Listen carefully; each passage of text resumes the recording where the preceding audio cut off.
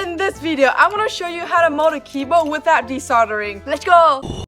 First, you're gonna need a keyboard that are not hot swappable. It is kinda hard to find a non-hot swappable keyboard nowadays, but I have one. Today, we're gonna use the Kemove 1990 K97 SE. These keyboard names are so long. We have a total of 1 colorway and 3 switch options. Blue, brown, red, kill switch. This reminds me of a gaming keyboard which I don't like. As I film this video, the keyboard costs $39.99. Let's see what $40 give us.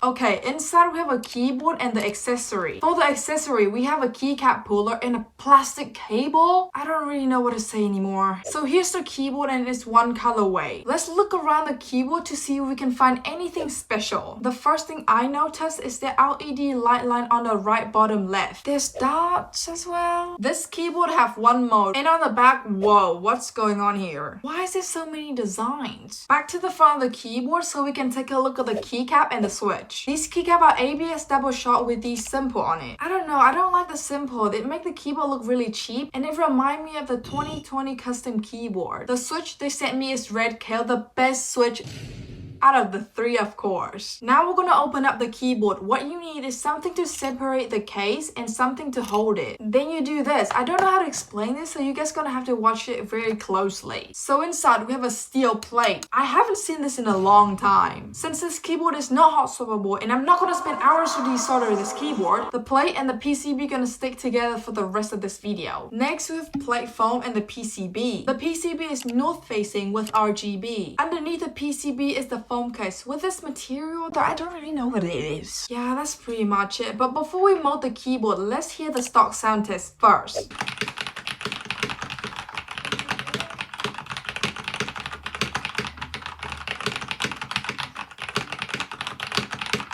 Not gonna lie, the stock sound test is not that bad. The red kale switch is way better than I thought. And without any PE or IXPE foam, this keyboard doesn't sound that mute. But the stabilizers, I don't know, it's not good, but it's not bad. Like I always said, lubing your switches is the best mode you can possibly do to your keyboard. But Kemove say these keyboards are pre-lubed. After hearing the stock sound test, I think these still need some work. Like how I can hear the ping sound from the spring.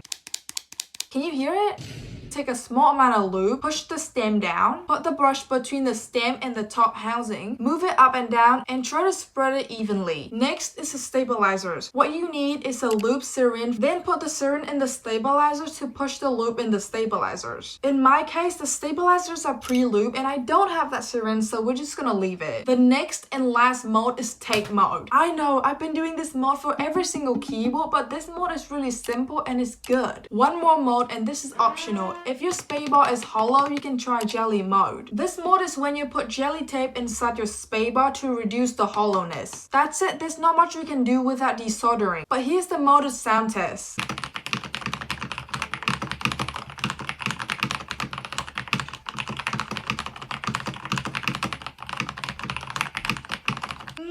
I don't know what to say about this keyboard. It's very mid and it's giving 2020 custom keyboard. Like there's not much to it, but it also helps you improve your molding skill. This keyboard is for someone that really want to improve their molding skill and want to learn about soldering. If that's you, click the link in my description to check the keyboard out. That's pretty much it. See you guys in the next video. Bye bye!